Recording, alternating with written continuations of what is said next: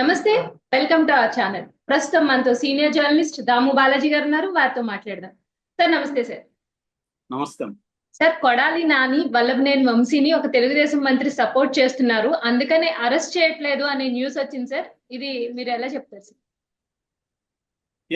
కొడాలి నాని వల్లభనేని వంశీ తెలుగుదేశాన్ని ఇబ్బంది పెట్టడంలో వీళ్ళు ముందు ఉంటారు. ముఖ్యంగా చంద్రబాబు మీద కావచ్చు, తర్వాత ఇటు లోకేష్, పవన్ కళ్యాణ్ల మీద వ్యక్తిగత దాడులు చేసిన వాళ్ళలో వైసీపీ వాళ్ళు చాలా మంది చేశారు. వాళ్ళల్లో నెంబర్ 1, నెంబర్ 2గా వీళ్ళిద్దరిని చెప్పుకోవచ్చు అనమాట. ఎందుకంటే చివరికి లోకేష్ పుట్టుక గురించి, భువనేశ్వర్ గారి గురించి కూడా వీళ్ళు చాలా చాలా అసభ్యంగా మాట్లాడిన సందర్భాలు ఉన్నాయి. చివరికి అది అసెంబ్లీలో కూడా చర్చకు దారితీయడం, చంద్రబాబు కన్నీళ్లు పెట్టుకొని పొగిలి ఏడవడం, ఇవన్నీ కూడా వీళ్ళిద్దరి వల్లే జరిగాయి. సో అందువల్ల అందరూ కూడా ఏమనుకున్నారంటే చంద్రబాబు ప్రభుత్వం రాగానే ఫస్ట్ వీళ్ళిద్దరికి మ్యూజిక్ వినిపిస్తాడని అనుకున్నారు. ఈవెన్ లోకేష్ కూడా యువగలం పాదయాత్రలో కడ్రాయర్తో ఇతన్ని నేను నడిపిస్తాను అనేసి కూడా చెప్పాడు, అనౌన్స్ చేశాడు. వంశీకి చూపిస్తాను నేనంటే ఏంటో, ఇవన్నీ కూడా జరిగాయి. కానీ ఇప్పుడు 7 నెలలు దాటిపోయింది. ఇప్పటి వరకు వీళ్ళిద్దరి మీద ఎటువంటి యాక్షన్ తీసుకోలేదు. మరోవైపు రోజా కూడా చాలా తీవ్రంగా విమర్శలు మొదలుపెట్టింది ఈ ప్రభుత్వం మీద. వల్లభనేని వంశీ, కొడాలి నాని మాత్రం పబ్లిక్ గా వాళ్ళు పెద్దగా రాలేదు. ఆ లడ్డు సమయంలో కొడాలి నాని వచ్చాడు కానీ కొంత మాట్లాడి, కానీ తర్వాత సైలెంట్ అయిపోయారు. ఇప్పుడు ఒక వార్త సంచలనంగా మారింది. ఆ వార్త ఏంటంటే కొడాలి నానికి, వల్లభనేని వంశీకి ఒక తెలుగుదేశం మంత్రి అండగా నిలుస్తున్నాడు, వాళ్ళని అన్ని రకాలుగా సేవ్ చేస్తున్నాడు, వాళ్ళ చీకటి వ్యాపారాలు ఇప్పుడు కూడా నిరాటంకంగా జరిగిపోతున్నాయి, దానికి వెనక ఈ తెలుగుదేశం మంత్రి ఉన్నాడు అని ఒక వార్తలు వస్తున్నాయి. ఇందులో ప్రధానంగా ఏంటంటే వల్లభనేని వంశీకి సంబంధించిన అనుచరులు, ప్రధాన అనుచరులు, వీళ్ళు బెనామీలు కూడా అని చెప్పొచ్చు, సతీష్, రఘు, మణి, ఈ ముగ్గురు కొంత అక్రమ మైనింగ్ చేస్తున్నారు అనేది ప్రధాన ఆరోపణ. తిరువూరు నియోజకవర్గంలో కొండ పోగు అనే దగ్గర విలేజ్ లో గనులు వీళ్ళు అంటే ముఖ్యంగా గ్రావెల్ సప్లై చేస్తున్నారు, అట్లాగే అక్రమ మట్టి సప్లై చేస్తున్నారు. వాళ్ళకి ఏమో వేరే దగ్గర ట్రాన్సిట్ పర్మిట్ పెట్టుకొని ఇక్కడ చూపిస్తుంటూ చేస్తున్నారు. దాదాపు వీళ్ళకి రావాల్సిన డబ్బులు కూడా ఆ మంత్రి ఇప్పించాడు అనేది వీళ్ళు చెప్తున్నారు అనమాట. దాదాపు కొన్ని కోట్లు వీళ్ళకి ఆ మంత్రి ఇప్పించాడు అనేది ఇప్పుడు వార్త బయటకు వచ్చి ఇది సంచలనం మారింది. అట్లాగే గనుల శాఖ కూడా వీళ్ళేం పట్టించుకోలేదు. యాక్చువల్ గా గనుల శాఖ ఇటు సతీష్ అంటే వంశీ అనుచరుడు, అతనికి సంబంధించి దాదాపు 35 కోట్లు ఫైన్ విధించిందని, అట్లాగే నాని అనుచరులకు సంబంధించిన 40 కోట్లు ఫైన్ విధించిందని.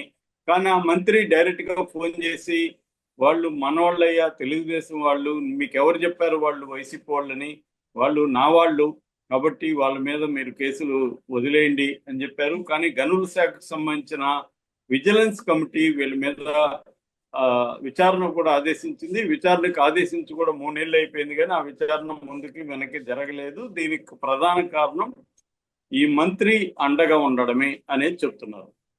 యాక్చువల్గా మనకు ఈ కూటమి ప్రభుత్వం వచ్చినప్పటి నుంచి కూడా తెలుగుదేశం స్ట్రాంగ్ గా సపోర్ట్ చేసే ఈనాడు జ్యోతులు ముందు నుంచి కూడా ఈ విషయాల్ని హైలైట్ చేస్తున్నాయి. ఇది ఒక్కటే కాదు, ప్రతి చోట కూడా వైసీపీ గతంలో ఎలా దోపిడీ చేశారో వైసీపీ నాయకులు, ఆ దోపిడీ ఎక్కడ ఆగలేదు. ఇప్పటికి కూడా చాలా చోట్ల వైసీపీ నాయకులు ఇసుక, మద్యం, గనులు ఇలాంటి విషయాల్లో ఈ దోపిడీని చేసుకుంటూనే వెళ్తున్నారు అనేది చెప్తున్నారు అన్నమాట. సో ప్రధానంగా ఏం జరుగుతుందంటే ఇప్పుడు ఇసుక దోపిడీ ఫర్ ఎగ్జాంపుల్ తీసుకోండి. ఒక దగ్గర ఒక మాజీ ఎమ్మెల్యే, వైసీపీ మాజీ ఎమ్మెల్యే ఇసుక దోపిడీ మొదలు పెట్టాడు. ఆ ప్రభుత్వం కూలిపోయింది, తెలుగుదేశం ప్రభుత్వం వచ్చింది. ఇప్పుడు అదే ఎమ్మెల్యే కంటిన్యూ చేస్తున్నాడు. ఎలాగంటే అక్కడున్న స్థానిక కూటమి ఎమ్మెల్యేతో కుమ్మక్కైపోయి నీ వాటా నీకు ఇచ్చేస్తాను, మాకు ఆల్రెడీ ఒక నెట్వర్క్ ఉంది, ఎట్లా తీసుకెళ్ళాలి, ఎక్కడ అమ్మాలి, ఎవరెవరితో ఎట్లా డీల్ చేయాలి, ఇవన్నీ ఆ, మాకు తెలుసు, నీకేమీ రిస్క్ ఉండదు, నువ్వు సైలెంట్ గా మమ్మల్ని సపోర్ట్ చేస్తే చాలు, నీ వాటా నీకు ఇచ్చేస్తాం. సో తెలుగుదేశం ఎమ్మెల్యేకి కూడా ఏముంటది, హాయిగా మనం ఆ, అన్ని అర్థం చేసుకొని మనకు డబ్బులు ఇస్తాడు, అంతకంటే పోయేదేముంది అనేది ఆ, వచ్చేసింది అన్నమాట. సో ఇది మరి ఇంత జరుగుతూ ఉంటే చంద్రబాబు లోకేష్లు ఎందుకు సైలెంట్గా ఉన్నారు? వీళ్ళకి తెలియదా ఇవన్నీ? ఆ, ఇప్పుడు ఈనాడు జ్యోతి విలేకరులకు తెలుస్తున్నప్పుడు ప్రభుత్వానికి తెలియకుండా జరుగుతుందా? ఎందుకు వీళ్ళు సైలెంట్ గా ఉన్నారు? ఆ, ఇప్పుడు ఓన్లీ కింది స్థాయి వైసీపీ వాళ్ళ మీద మాత్రమే కేసులు పెడుతున్నారు, కొంతమంది మీద వైసీపీ నాయకుల మీద కేసు పెడుతున్నారు. కానీ వైసీపీలో ఉంటూ పెద్ద ఎత్తున అటాక్ చేసిన వాళ్ళ మీద, పర్సనల్ గా అటాక్ చేసిన కొడాల నాని కావచ్చు, వల్లభనేని వంశీ కావచ్చు, రోజా కావచ్చు, అంబటి రాంబాబు కావచ్చు, ఇలాంటి వాళ్ళని వీళ్ళు కాపాడుతున్నారు, వాళ్ళకి ఏమీ జరగట్లేదు అన్నది ఇప్పుడు తెలుగుదేశం కేడర్లోనే తీవ్ర అసంతృప్తి దారితీసింది. అంటే మన ప్రభుత్వం వచ్చినాక వాళ్ళకి చుక్కలు చూపిస్తాము, ఆకాశం చూపిస్తాము, అవి ఇవి అనుకున్నారు, ఏమీ చూపించట్లేదు. వాళ్ళ పని వాళ్ళకి జరుగుతుంది. జగన్ ని కూడా ఎవడేం తాకట్లేదు. ఎందుకంటే జగన్ వెనక మోడీ ఉన్నాడు, మోడీ పర్మిషన్ ఇవ్వడు జగన్ మీద చర్య తీసుకోవడానికి.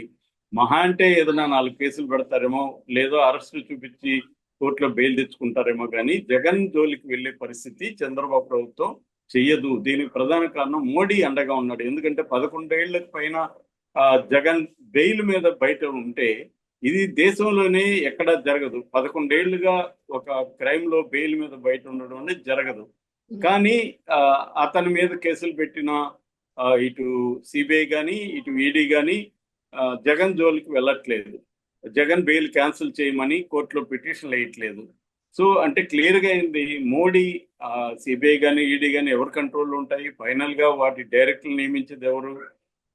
మోడీని. ఎందుకంటే కమిషన్ అనేది ఈ మధ్య కాలంలో ఏమైందంటే జడ్జిల్ని తీసేశారు. ఓన్లీ మోడీ, ఒక కేబినెట్ ర్యాంక్ మినిస్టరు, ప్రతిపక్ష నాయకుడు, ముగ్గురితో కూడిన కమిటీ ఉంటుంది. సో ఎలాగో మెజారిటీ వీళ్ళిద్దరే కాబట్టి ఫైనల్ గా మోడీ చెప్పిన వ్యక్తి డైరెక్టర్ గా ఈడీకైనా సిబిఐకైనా ఉంటారు. అంటే మోడీ కంట్రోల్లో వాళ్ళు ఉంటారు.